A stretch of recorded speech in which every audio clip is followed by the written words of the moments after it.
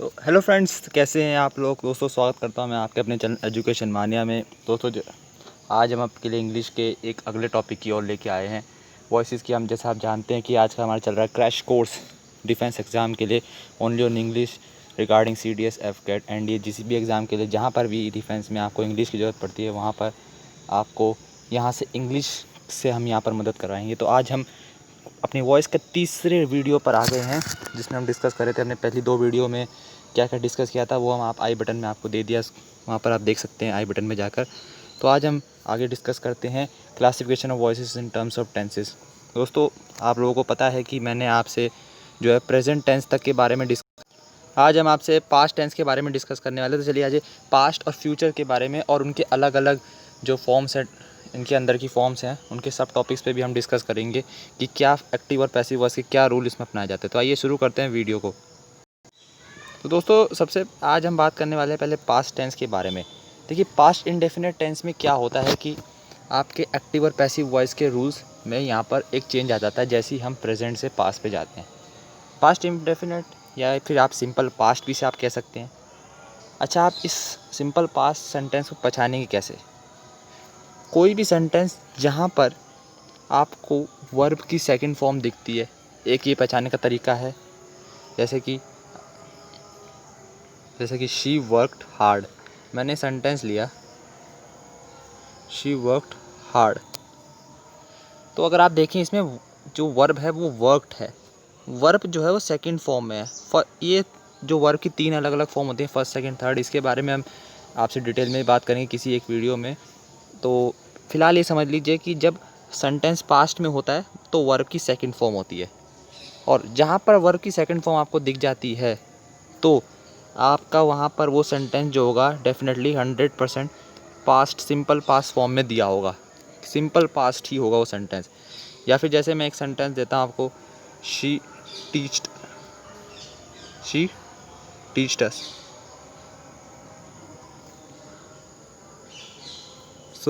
तो इसके बारे में क्या होगा आप बताएंगे? तो यहाँ पर जो टीच्ड है वो यहाँ पर वर्ब की सेकंड फॉर्म है। तो आप बता सकते हैं कि ये कौन सा टेंस में है सेंटेंस? वो हमें पढ़ाती थी, हिंदी में जैसे अगर हम इसे बोले वो हमें पढ़ाती थी, तो यानी वो हमें पढ़ाती थी, ये बात हो गई सिंपल पास्ट की। तो यहाँ पर पास्ट में आ गया। ये तो थी बेसिक नॉलेज आपकी कि क्या होता है पास्ट, सिंपल पास्ट, आखिरकार आपको पहचानने के लिए कि सेंटेंस कैसा होगा। तो जब ये एक्टिव फॉर्म में होगा, नॉर्मल यानी जो सेंटेंस होता है, जैसे मैंने बताया कि वो सब्जेक्ट प्लस वर्ब की सेकंड फॉर्म होगी, और वर्ब के बाद आने वाली कोई भी चीज़ वो होती है ऑब्जेक्ट, जैसा कि आप लोगों को ये बेसिक्स पता है। अब जैसा कि इसे पैसिव बनाना है तो आप वही तरीका है, पहले आप ऑब्जेक्ट को सब्जेक्ट बना देंगे, जो कि मैंने यहाँ बना दिया सब्जेक्ट। ये सब्जेक्ट जो है, जो एक्टिव वॉइस में ऑब्जेक्ट था वो यहाँ सब्जेक्ट बन गया। उसके बाद हमेशा हम एक हेल्पिंग वर्ब का यूज़ करते हैं। जैसा आप जानते हैं सब्जेक्ट के बाद एक हेल्पिंग वर्ब आता है, और वह हेल्पिंग वर्ब जो होगा यहाँ पर या वॉज या वर होगा। आपको वॉज यूज़ करना है या वर यूज़ करना है, तो ये करना है आपको वॉज या वर यूज़। तो उसके बाद आपको यहाँ पर वॉज या वर्ब हेल्पिंग वर्ब के लिए यूज़ करना है। उसके बाद प्लस आप जोड़ देंगे वर्ब की थर्ड फॉर्म। अब आप थर्ड फॉर्म पे आ जाएंगे वर्ब की, क्योंकि पैसिव वॉइस बनाना है तो थर्ड फॉर्म तो बनानी ही पड़ेगी। उसके बाद प्लस बाय, और फिर उसके बाद प्लस ऑब्जेक्ट। तो यही हमारा रूल है। चेंजेस हमारे रूल में क्या हुआ है कि प्रेजेंट में हमने हेल्पिंग वर्ब इज़, एम और आर लिया था, यहाँ पर हम वॉज और वर का यूज़ करेंगे हेल्पिंग वर्ब में। तो रूल में जो हेल्पिंग वर्ब का ही चेंज आया है। जैसे कि मैं आपको सेंटेंस बता देता हूँ। यहाँ पर मैंने सेंटेंस कहा कि हर नेग्लिजेंस पनिश्ड हर।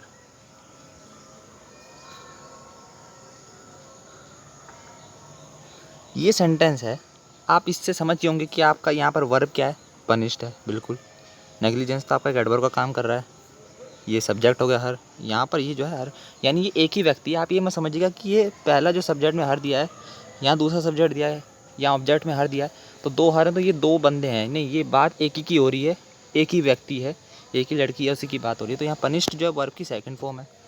अब इसको पैसिव वॉइस कैसे बनाएंगे? तो इसका पैसिव वॉइस बन जाएगा she was punished for her negligence. ये बन जाएगा। क्यों? क्योंकि ये अब जो पनिश्ड के बाद जो आया था ऑब्जेक्ट, ये था इसमें, अभी ऑब्जेक्ट सब्जेक्ट बन गया। तो ऑब्जेक्ट जो होता है उसकी प्रोनाउन जो होती है, क्योंकि ऑब्जेक्ट हमेशा ऑब्जेक्टिव फॉर्म में होता है, तो अब ये नॉमिनेटिव फॉर्म में आ जाएगी, क्योंकि सब्जेक्ट हमेशा नॉमिनेटिव प्रोनाउन से शुरुआत होती है, ना कि ऑब्जेक्टिव प्रोनाउन से। तो यहाँ पर मैंने ऑब्जेक्ट को सब्जेक्ट बना दिया और प्रोनाउन जो है अब ऑब्जेक्टिव से नॉमिनेटिव हो गया। तो यहाँ पर शी, उसके बाद वॉस हो जाएगा। वॉस या वर आपको पता है। अब वॉस का यूज़ कहाँ करते हैं आप? वॉस का यूज़ हमेशा आप करते हैं सिंगुलर वर्ब के, सिंगुलर पर, जब नाउन सिंगुलर हो, जब आपका नाउन सिंगुलर हो, यहाँ व्यक्ति एक ही है, नाउन या प्रोनाउन हो सिंगुलर, तो आप वॉस का यूज़ करेंगे, ठीक है। क्योंकि यहाँ पर बात एक ही लड़की की हो रही है, एक ही व्यक्ति की। शी, वो एक ही लड़की थी, जैसा मैंने मेन सेंटेंस से बताया था, तो एक ही व्यक्ति की बात हो रही है, तो यहाँ पर वॉज आएगा। She was punished. अब वर्ब की थर्ड फॉर्म आ गई है, क्योंकि थर्ड फॉर्म भी पनिश्ड ही होती है। Punished for her negligence. अब यहाँ पर फॉर क्यों आया, आप सोच रहे होंगे कि पनिश के बाद तो बाय आना चाहिए था। देखिए कुछ ऐसे वर्ड्स होते हैं जो फॉलोड बाय प्रपोजिशन में आपने पढ़े होंगे, जैसे कस्टम टू, अक्वेंटेड बाय। तो एक ऐसे वर्ड भी होते हैं पनिश्ड फॉर। तो पनिश्ड फॉर ऐसे वर्ड होता है, ये पनिश्ड की इसके बाद आप फॉर ही लगाते हैं, पनिश्ड बाय होता है। तो ये अलग अलग एक वर्ड फॉलोड बाय प्रपोजिशन जो एक तरह से फिक्स वर्ड्स होते हैं कि इनके बाद ये फिक्स्ड वर्ड होके कि इनके बाद जो है यही प्रपोजिशन लगानी है। तो उन केस पे आप बाय नहीं लगाते, फिर आप वही प्रपोजिशन लगाते हैं। इसको मैं अभी आगे कुछ रूल्स में डिस्कस करूँगा, इंपॉर्टेंट रूल्स जब बताऊँगा आपको। तो फिलहाल तो ये समझ लीजिए कि यहाँ पर किस तरह से वो हर नेग्लिजेंट पनिश्ड हर, उससे आपका यहाँ पर सेंटेंस बन गया she was punished for her negligence. अच्छा, यहाँ पर आपको समझ आ गया होगा ये। जैसे मैंने आपको एक सेंटेंस दिया यहाँ पर कि the senior hockey team selected both the players. अब यहाँ पर बोथ द प्लेयर्स, तो चूंकि अब आप यहाँ से समझ होंगे इस सेंटेंस में आपका वर्ब की सेकंड फॉर्म दी है। सेलेक्टेड पे आप समझ गए होंगे यहीं से कि ये वर्ब था, ये वर्ब सेकंड फॉर्म में दिया है, सेलेक्टेड है ना। अब चूंकि ये वर्ब की सेकंड फॉर्म में, तो आप समझिए सिंपल पास्ट है। सिंपल पास्ट वाले केस में क्या करते हैं आप, जो ऑब्जेक्ट होगा वो पहले आएगा, यानी बोथ द प्लेयर्स। यहाँ पर दोनों चीज़ आएगी, खाली प्लेयर्स नहीं लिखेंगे आप, क्योंकि बोथ द प्लेयर्स यहाँ आपको प्रेजेंट भी तो करना हो कितने प्लेयर हैं, तो इसलिए बोथ द प्लेयर्स। अब प्लेयर्स लिख के तो आप खाली ये दिखा देंगे कि आप कहेंगे कि यहाँ पर सर यहाँ तो प्लेयर्स ही है, जो आखिरी में आ रहा है ऑब्जेक्ट, क्योंकि बात यहाँ प्लेयर्स की हो रही है। लेकिन नहीं, आपको यहाँ पर बोथ द प्लेयर्स पूरा लिखना पड़ेगा, क्योंकि यहाँ पर जो है, क्योंकि प्लेयर्स यहाँ पर दो हैं। बोथ द लिखने से आपका एक पॉइंट आउट हो जाएगा कि कितने प्लेयर्स हैं आपके। तो बोथ द प्लेयर्स, अब यहाँ पर वॉज नहीं आएगा, यहाँ वर आएगा। Both the players were selected for senior hockey team, ठीक है। या फिर यहाँ पर बोथ द फ्रेंड्स लिखा है सेंटेंस में, तो बोथ द फ्रेंड्स आ जाएगा। और वर आया क्योंकि अब नाउन जो है वो प्लूरल है, तो इसलिए वर आया। और बाकी वर्ब की थर्ड फॉर्म सेलेक्टेड, फिर फॉर सीनियर हॉकी टीम, ये सब्जेक्ट था, तो सब्जेक्ट अब वर्ब के बाद आ रहा है। तो ये था आपका सिंपल पास्ट का सेंटेंस, जो कि आपको समझ आ गया होगा। चलिए अगले उस पर चलते हैं, अब आपके टॉपिक की ओर। अब आप दोस्तों, मैं आपको यहाँ पर जो है परफेक्ट टेंस के बारे में बताना चाहूँगा। प्रेजेंट, पास्ट और फ्यूचर में तीनों में क्या अलग अलग केसेस होते हैं। तो सिंपल ये है कि यहाँ पर जैसे आपको यहाँ पर प्रेजेंट, सिंपल प्रेजेंट टेंस की अगर जब मैं बात करता हूँ, तो आपका जो आप सब्जेक्ट होगा वो हमेशा सिंपल पास्ट प्रेजेंट परफेक्ट की बात करता हूँ मैं, प्रेजेंट परफेक्ट टेंस की, तो हमेशा वहाँ पर आपको सब्जेक्ट में हैज़ या हैव दिखेगा, और उसके बाद आपको वर्ब की थर्ड फॉर्म दिखेगी। जैसे मैंने आपको सेंटेंस लिया कि द टीचर हैज़, जैसे मैंने आपको यहाँ पर सेंटेंस लिया कि मैंने आपको कहा the teacher has taught us,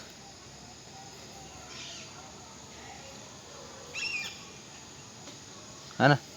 तो इसका क्या हो जाएगा, पैसिव फॉर्म, क्योंकि यहाँ पर हैज़ आ गया है, और हैज़ या हैव इनमें से कुछ भी लग जाता है, तो आपका क्या होगा, आपका फिर समझ जाना कि आप ये प्रेजेंट परफेक्ट में हैं। और उसके बाद, क्योंकि प्रेजेंट परफेक्ट के बाद जो भी वर्ब होती है ना, प्रेजेंट परफेक्ट हो या पास्ट परफेक्ट हो या फ्यूचर परफेक्ट हो, हमेशा उसमें थर्ड फॉर्म ही लगती है वर्ब की। तो इसलिए आपको इसकी वर्ब की फॉर्म को अब पैसिव वॉइस में चेंज करने की जरूरत नहीं है, क्योंकि परफेक्ट प्रेजेंट परफेक्ट टेंस है, तो इसलिए वर्ब की थर्ड फॉर्म ही होगा। ये चीज़ आपको पता होनी चाहिए। तो अब यहाँ पर इसका सेंटेंस क्या बन जाएगा, पैसिव फॉर्म में, क्योंकि वर्ब के बाद क्या आ रहा है, अस। अब अस जो है ऑब्जेक्टिव प्रोनाउन है, वो नॉमिनेटिव प्रोनाउन में बन जाएगा। तो अस का बन जाएगा वी, क्या आएगा अब यहाँ पर वी हैज़ या हैव ही लगाएंगे आप, क्योंकि अब यहाँ पर जो सब्जेक्ट बना है नया सब्जेक्ट, तो आप उसके हिसाब से देखेंगे कि जो नया सब्जेक्ट है वो किस फॉर्म में है। अगर फर्स्ट पर्सन या फिर प्लूरल नाउन की बात हो रही है या प्लूरल प्रोनाउन की बात हो रही है, फर्स्ट पर्सन और प्लूरल प्रोनाउन इनमें से कुछ भी है, या नाउन हो या प्रोनाउन हो, कुछ भी हो, तो हमेशा हैव आएगा, ठीक है, वरना हैज़ आएगा। अगर सेकंड या थर्ड पर्सन की बात हो रही है, यू या दे, ऐसे में सेकंड थर्ड पर्सन जाता है ना, you second person, they third person, तो वहाँ पर हैज़ आएगा। तो यहाँ पर वी हैव बीन, क्योंकि अब हैव है तो उसके साथ बीन जरूर आएगा। इसमें मेन चीज़ यही है कि बीन लगाना है, हैज़ या हैव के बाद आपको बीन लगाना है डायरेक्ट। अब हेल्पिंग वर्ब के बाद आपको डायरेक्ट यहाँ पर वर्ब पे नहीं आना, हैव बीन या हैज़ बीन, बीन जरूर लगाना है। तो we have been taught, verb की थर्ड फॉर्म आएगी। अब क्या आएगा, we have been taught by the teacher. अब जो टीचर था वो वर्ब के बाद आ गया, क्योंकि जो पहले सब्जेक्ट था वो ऑब्जेक्ट बन गया यहाँ। तो इस तरह से आपको यहाँ पर प्रेजेंट परफेक्ट की बात करनी है।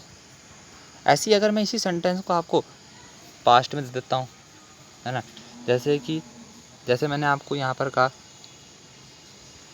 द ट्रेन हैड अराइव्ड, नहीं एक सेंटेंस यही सेंटेंस मैं आपको देता हूँ, चलिए, the teacher had taught us, यही सेंटेंस मैंने आपको दिया। इसी को आप अब आपको हैड यहाँ पर लगा लीजिएगा, हैड होगा इसका, टीचर हैड टॉट अस। अब यहाँ पर क्या होगा आपका, क्योंकि मैंने यहाँ पर हैड लगा दिया, तो अब मेरा सेंटेंस आपको पता चलेगा कि हैड लगने से तो पक्की बात है कि ये पास्ट परफेक्ट की ही होगी, ये पास्ट परफेक्ट का ही सेंटेंस है। ये बात तो आपको दिमाग में रख लेनी है कि हैड यूज हुआ तो पास्ट परफेक्ट ही है। तो the teacher had taught us, अब पास्ट परफेक्ट है तो पास्ट परफेक्ट का रूल भी सिंपल है, जो वर्ब के बाद आया उसको पहले ऑब्जेक्ट को सब्जेक्ट बना दिया वी, अब फिर यहाँ पर हैड ही आएगा, क्योंकि पास्ट परफेक्ट में कोई ऑप्शन ही नहीं बचता हमारे पे, हैड ही होता है तो हैड ही लिखेंगे। और क्योंकि इसके बाद भी हम बीन का ही यूज़ करेंगे जिस तरह से हमने प्रेजेंट परफेक्ट में किया था। वी हैड बीन, आगे वर्ब की थर्ड फॉर्म, क्योंकि वर्ब की थर्ड फॉर्म पहले से सेंटेंस में है, तो टॉट बाय द टीचर। तो इस तरह से आपको यहाँ पर ये कर देना, वर्ब की थर्ड फॉर्म यहाँ पर आ जाएगी। यहाँ पर सिंपल था ये, बिल्कुल कोई भी इसमें चेंज नहीं है, बस फ़र्क ये है कि प्रेजेंट परफेक्ट में आपको हैज़ या हैव दिया होगा एक्टिव सेंटेंस में, मेन जो सेंटेंस होता है, और यहाँ पर आपको पास्ट परफेक्ट में आपको हैड दिया होगा। तो ये जो आपको बस यही इसमें एक डिफरेंस है छोटा सा, वो इसको याद रखना है। इसी तरह से अगर मैं आपको बताऊँ, अगर फ्यूचर परफेक्ट के बारे में, तरह मैं फ्यूचर परफेक्ट के बारे में बताऊं, तो फ्यूचर परफेक्ट को पहचानने का तरीका है कि सब्जेक्ट के साथ हमेशा आपका जो होता है विल प्लस हैव लगा होता है, विल प्लस हैव लगा होता है, तो ये आपका फ्यूचर परफेक्ट हो जाता है। तो इस तरह से आपका subject plus will plus have लगा होता है तो फ्यूचर परफेक्ट हो जाता है। तो इस तरह से आपको फ्यूचर परफेक्ट की पहचान होनी चाहिए। जैसे मैंने आपको एक सेंटेंस दिया कि माई फ्रेंड will have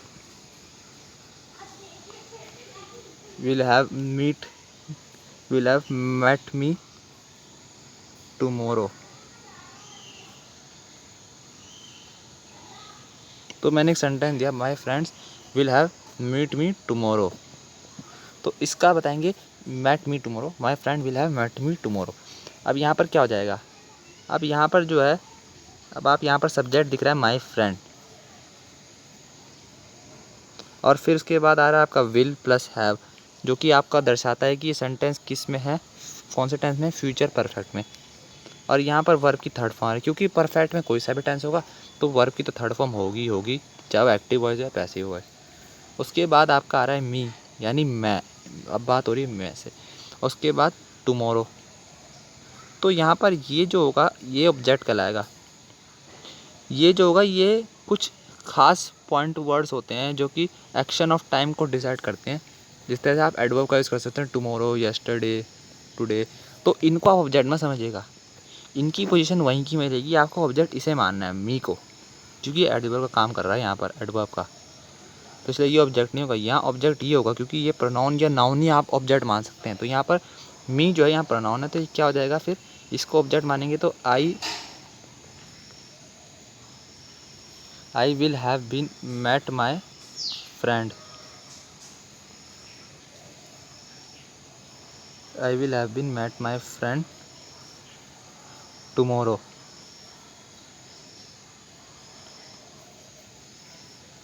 तो इस तरह से हो जाएगा, I will have been met my friend tomorrow. आई जो था यहाँ पर चूँकि मी था तो आई अब यहाँ सब्जेक्ट बन जाएगा, पैसिव वॉइस में मी का आई हो जाएगा, और यहाँ पर फिर will plus have plus been, उसके बाद आप लगाएंगे वर्ब की थर्ड फॉर्म। फिर आप यहाँ पर जो सब्जेक्ट था वो ऑब्जेक्ट बन चुका है माई फ्रेंड, और टुमारो ये एडवर्ब था, तो ये तो जो है पॉइंट ऑफ टाइम को डिनोट कर रहा है बस, तो ये अपनी पोजीशन पे रहेगा, लास्ट में था तो लास्ट में ही रहेगा। तो गाइस इस तरह से अब यहाँ पर हमने 3 परफेक्ट टेंस के बारे में पढ़ा है यहाँ पर। दोस्तों वीडियो पसंद आई है तो वीडियो को लाइक शेयर और सब्सक्राइब जरूर कीजिए। हमारे चैनल एजुकेशन मान्या को नीचे दिया है बेल के बटन को भी सब्सक्राइब कर लीजिए, ताकि आपको हर वीडियो की अपडेट मिलती रहे। तो till the time, thank you very much, good bye friends.